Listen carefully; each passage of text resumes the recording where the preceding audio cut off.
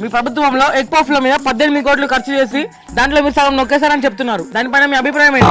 అభిప్రాయం చెప్పడానికి ముందు ఆధారాలు ఉండాలి కదండి. ఆధారం పేరు పాపారావు, మీ పని మనిషి. కొడుకండి తెలుసు, అది మాకు తెలుసు. పాపారావు నమస్కారం అయ్యా. నిజాలు కానీ చెప్పామంటే ఈ భూమి మీద నువ్వు ఉండవు, గొడ్డలు పోతే. గొడ్డలు దాచానండి, మీకు దొరకదు. అసలు ఎగ్ పఫ్లు కొనుగోలు ఎలా జరిగింది? ఈ పక్క సందులో ఉన్న బేకరీలో ఎగ్ పఫ్లు కొనుక్కొద్దామని నేను సజ్జలో వెళ్ళామయ్యా. అక్కడ ఏం జరిగింది? అలా ఒక్కొక్కటి 18 రూపాయలు చెప్పారయ్యా. 18 రూపాయలు దాన్ని 18 కోట్లు చేశారా? మరి ప్యాలెస్ లో అందరు తిన్నారా? వాళ్ళు తినలేదయ్యా. అసలు వాళ్ళు తినక మీరు తినక అసలు ఏం చేశారు? అసలు మెయిన్ ట్విస్ట్ ఇక్కడే ఉందయ్యా.